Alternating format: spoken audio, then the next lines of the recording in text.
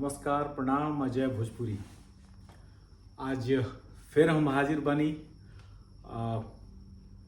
भोजपुरी के किताबिन पर चर्चा करे खातिर।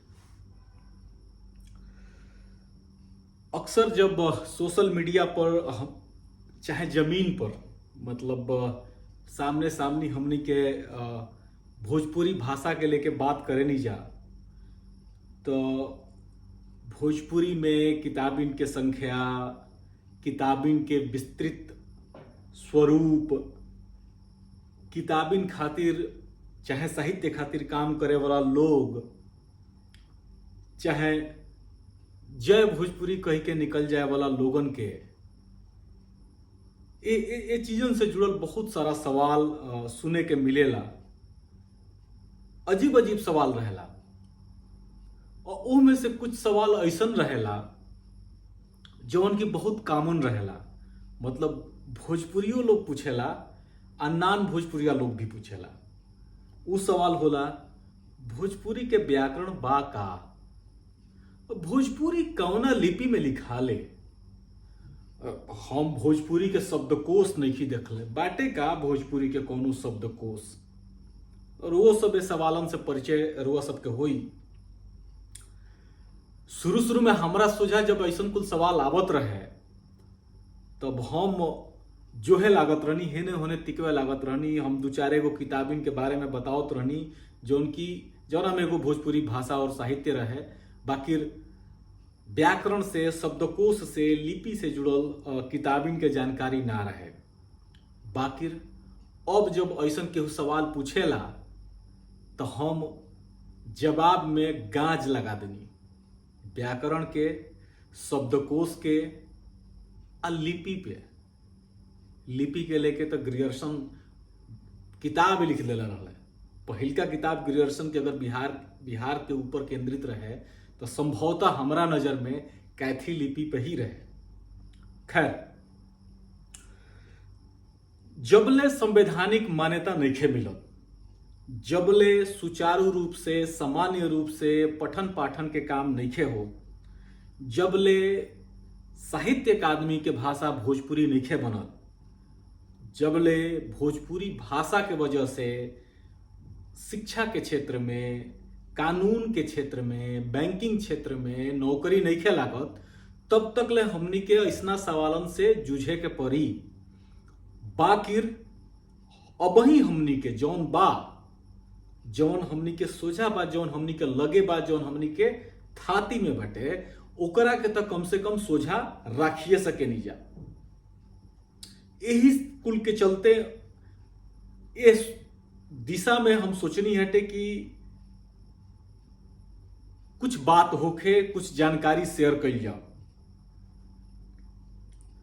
हमनी के जानकारी ऐसा देवे के चाहिए ऐसा सवाल करे वाला लोगन से, जे सवाल करता व्याकरण, शब्दकोश और लिपि के लेके, जौना से असल में उस सवाल के पीछे ओकर जे भाषा के जाना ताटे, जे भाषा के बारे में सही से जाना ताटे, ओकरा समस्या ना होके के चाहिए। बाकी जे सही से नहीं जानत, जेकरा भीतरी कोनो आग जरत ताटे दूसरा भाषा के लेके, तो उ ऐसा कुल सवाल ज्यादा पूछेला। ऐसा समय में जब तथ्यात्मक जानकारी दिहल जाई, तथ्यात्मक बात कही जाई, तो जौन जरी रहल बाटे हो सकेला कि राख होखे से पहले सेरा जाओ, तनकी सा ओकरा में ओकर अस्तित्व बाचल रह जाओ, जौना अस्तित्व पर राउर दिहल जानकारी, तथ्यात्मक जानकारी काम कर सकेले।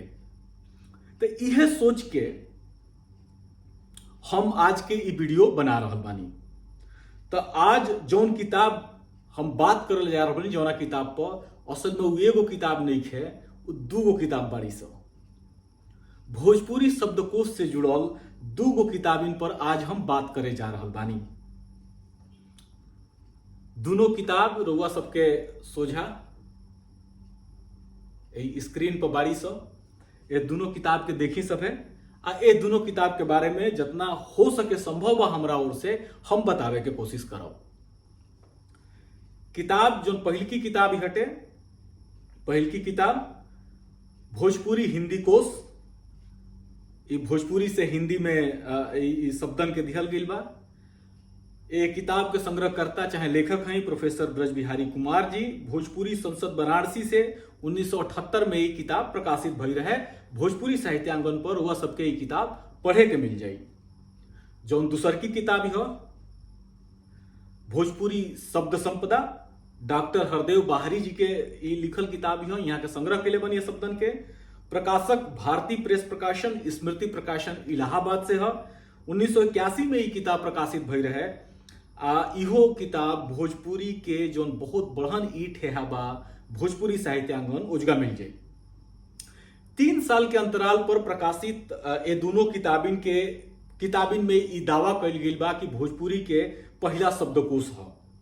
जाहिर बा कि प्रकाशन के बेर हो सकेला किताब कोनो एगो पहले लिखाई होखे, बाद में प्रकाशित भइल होखे, चाहे जवन होखे।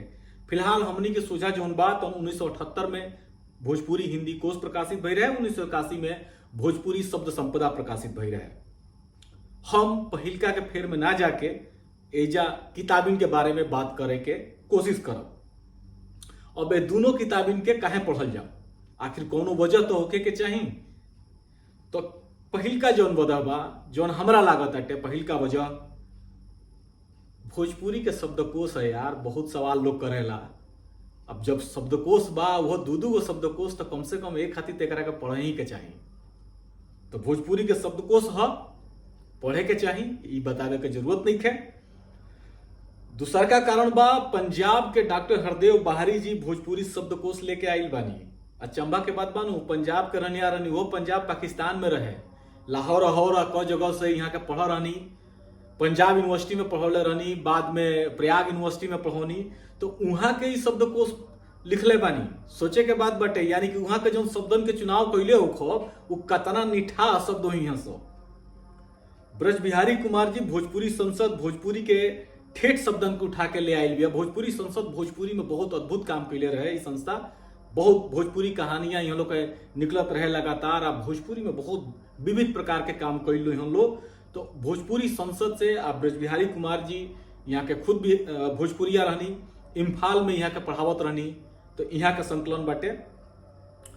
कहे के माने बा कि दोनों किताबन के सरमेड़वे देखे के बाटे। अब एजा सबसे जरूरी का बा कि एगो किताब को मत देखी, दोनों के देखी, तब जाके मजा आई। कहे से कि बहुत सारा ऐसा चीज देखनी हटे कि एक दूसरा में नहीं किया। ऐसा शब्द जो दोनों में कामनो बड़ा सा, अब बहुत सारा ऐसा शब्द बड़ा सा जो दोनों में कामन नहीं खे, यानी कि रुआ लगे और शब्द यहाँ से जब दोनों किताबिन के रुआ सब पढ़ो।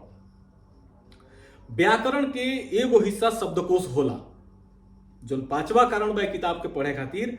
तो शब्दकोश के बा रुआ से लोग भोजपुरी शब्दकोश के बारे में पूछेला, तो एजुगा शब्दकोश राउर तक ज्ञान बढ़ाइबे करी भोजपुरी के लेके। ओहू लोगन के ज्ञान बढ़ाई जे जरी रहल बा ए भाषा के बढ़ंती से, भाषा के प्रचार प्रसार से, जे बार बार भाषा आ बोली के बात कर रहल बा, ओ लोगन के जवाब देवे खातिर रुआ लगे एगो सॉलिड ठोस वजह रही। तो कहीं ना कहीं रुआ खातिर एगो भाषाई हथियार के रूप में ये दोनों किताब बाड़ी सब। तो अब चर्चा है किताबिन पर। सबसे पहले किताब भोजपुरी हिंदी कोश पर 246 पेज की किताब के प्रकाशकीय लिखले बानी ईश्वर चंद्र सिन्हा जी। यह प्रकाशकीय वक्तव्य के हिंदी में लिखत वहां के भोजपुरी के पहला शब्दकोश के प्रकाशन के जरूरत से लेके एह में संभावित गलतियन की ओर वहां के इशारा कर रहल बानी। एह किताब के वहां के मानक माने के नहीं कहत, वहां के कहता नहीं कि हो सकेला एक किताब में बहुत सारा गलती होखे, हो सकेला कुछ कमी होखे। बाकी वहां के एगो बात जरूर कहता नहीं कि ई किताब मानक ना होके प्रेरणा के काम कर सकेले, भाषा पर काम करे वाला लोगन खातिर ई किताब बेहतर हो सकेले। प्रकाशकीय से आगे बढ़ला पर प्रोफेसर ब्रज बिहारी कुमार जी के बड़ा शोधपरक भूमिका लिखल बा। यह भूमिका में भोजपुरी भाषा क्षेत्र आ भूगोल के बारे में बात हो रहल बटे। यहाँ के बात जब कर रहल बानी तो ओमे वेद पुराण से लेके महाभारत से लेके प्राचीन नवीन दोनों चीजन के लेके बड़ा बेहतरीन तरीका से एक बात रखले बानी। यह भूमिका के पढ़ल बहुत जरूरी बाटे। भोजपुरी के एह शब्दकोश पर कूदे फाने से पहले ये भूमिका के सही तरीका से बढ़िया से जरूर पढ़ी सब है। ये भूमिका बहुत जरूरी बा पढ़ल, आ कम से कम ये भूमिका से रुआ अंदाजा लग जाई भोजपुरी भाषा के बारे में, भोजपुरी भाषा के इतिहास भूगोल के बारे में, क्षेत्र के बारे में, भोजपुरी के प्राचीनता के बारे में बड़ा बढ़िया भूमिका बा। यही तो भूमिका पढ़ला के बाद किताब रउआ सबके हवाले रही, रउआ सब किताब के शब्दन के देख सकेनी। ए शब्दन के प्रयोग रउआ सब अपना दैनिक जीवन में चाहे जब भोजपुरी में लिखत आनी तो ओजगा प्रयोग कर सकेनी। तो ये बात भोजपुरी हिंदी कोश के। अब बात कर जाए भोजपुरी शब्द संपदा के। 262 पेज की एक किताब के शुरुआत होते डॉक्टर हरदेव बाहरी जी के लेख क्षमा याचना से। यहाँ के किताब के नाव कोश के जगह पर संपदा रखले बनी, काहे से कि वहां का लागत अटे कि भोजपुरी अतना बढ़न भाषा ही हो, भोजपुरी अतना प्राचीन भाषा ही हो कि एकरा में शब्द के संख्या बहुत ज्यादा हो सकेला। बाकिर यहाँ के एक क्षमा याचना में इहो लिखतानी, ये बात के बहुत ध्यान देवे के जरूरत बाटे। यहाँ के लिखतानी कि भाषा आ बोली के झगड़ा में हम ना पड़ब, बाकिर अतना तो तय बा कि विश्व में जो भाषा के रूप में मानल जाए वाली भाषा बाड़ी सो वो कोई गो भाषा लोग से भोजपुरी बहुत बढ़न बिया, भोजपुरी बोले वाला लोगन के संख्या बहुत बड़ बा। ई हम नहीं कहत, पाकिस्तान के पंजाब में बंटवारा से पहले पाकिस्तान वाला क्षेत्र जो बा पंजाब में पैदा होखे वाला जन्म लेवे वाला डॉक्टर हरदेव बाहरी जी कहतनी वहां के भोजपुरिया ना रहनी। वहां के तो हिंदी में बहुत सारा शब्दकोश लिखले बनी, बहुत सारा काम कैले बनी हिंदी में, पॉकेट शब्दकोश से लेके हिंदी अंग्रेजी के बृहद शब्दकोश के निर्माण कैले बनी। तो वहां के मालूम बा कि हिंदी का हो, वहां के मालूम बा अंग्रेजी का हो। भाषा वैज्ञानिक, भाषा विद्वान रहनी वहां के, भाषा वैज्ञानिक रहनी वहां के। तो बहुत स्पष्ट तरीका से वहां के भोजपुरी के रूप के बात रखले बानी। यह बात से ही लागत अटे डॉक्टर हरदेव बाहरी जी के जब ये क्षमा याचना के पढ़ब तो कहीं ना कहीं लागत है कि हिंदी के जो कारपोरेटीकरण भइल बा, राष्ट्रीयता के जो भाव हिंदी के आइल बटे ओकरा से यहाँ के बन्हाई बनी।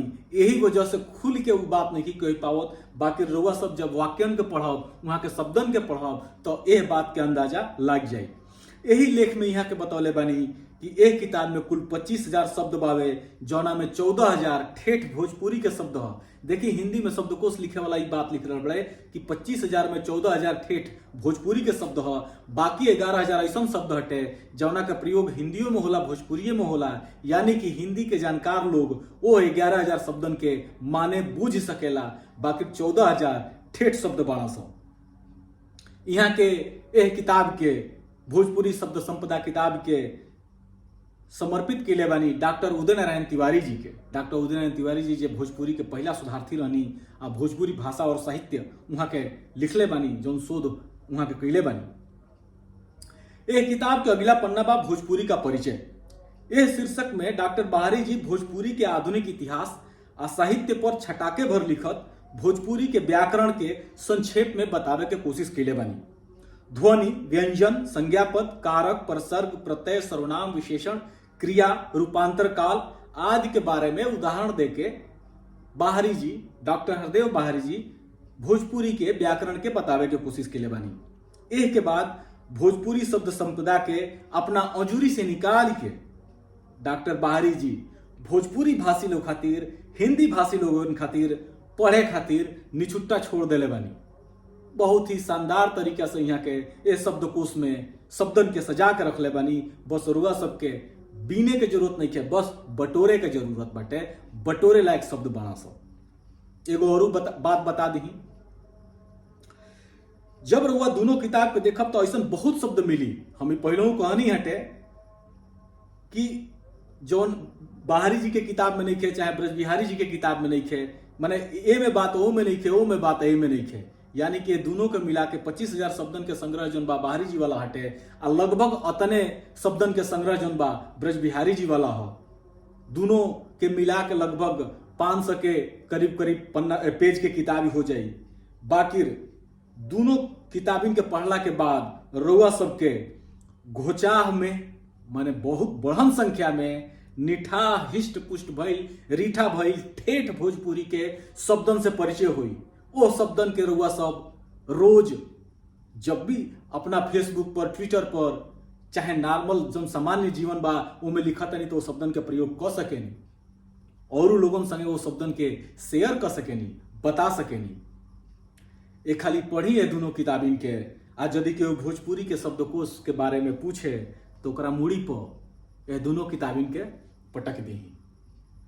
विश्वास करी ये दोनों किताबिन के पढ़ला के बाद रोआ सबके भोजपुरी भाषा के बृहद इतिहास, भोजपुरी भाषा के साहित्यिक रूप के पता चली, भोजपुरी के वो ठेठ शब्दन के बाद मालूम पड़ी, वो ठेठ शब्दन के बारे में मालूम पड़ी जौन या तो विलुप्त होके के कगार पर बाड़ा स, भाव ओकनी के प्रयोग बहुत कम हो गइल बा। एक एक शब्दन के रुआ सब रोज अपना स्टेटस पर लगा सकेनी, ट्विटर पर लगा सकेनी, फेसबुक पर लगा सकेनी, इंस्टाग्राम पर लगा सकेनी। तो भोजपुरी खातिर बहुत बेहतरीन किताब बाड़ी स दोनों के दोनों। हम तो अक्सर ये दोनों किताबिन के रेफर करेनी। आ बीच बीच में कबो कबो एक एगो शब्द के नियम में से काढ़ के फेसबुक पोस्ट पर लगा देनी, ट्विटर पर लगा देनी और लोग लाइको करेला। तो फायदा उठाई, दोनों किताब भोजपुरी साहित्यांगन पर बाड़ी स। एक किताबिन के डिस्क्रिप्शन में हम लिख देता नहीं, किताबिन के नाम एक पूरा बात के रुआ सब एक में से भोजपुरी शब्द संपदा, भोजपुरी हिंदी कोश कॉपी करब आ गूगल में पेस्ट करब तो गूगल रुआ सबके अंगूरी धके भोजपुरी साहित्यांगन तक लेके जाई और जुगा दोनों किताबिन के रुआ सब पढ़ सकेनी। बहुत ही जरूरी, बहुत ही बेहतरीन किताब भोजपुरी के पढ़े लायक किताब ही स। एकनी के पढ़ी, आनंद उठाई ये दोनों किताबिन के। ये दोनों किताबिन में भोजपुरी के व्याकरण, भोजपुरी के शब्दकोश, भोजपुरी के जीव जानबा, शब्दकोश के और किताब बाड़ी स चर्चा होई कबो। तब तक इजाजत दी। धन्यवाद, प्रणाम, अजय भोजपुरी।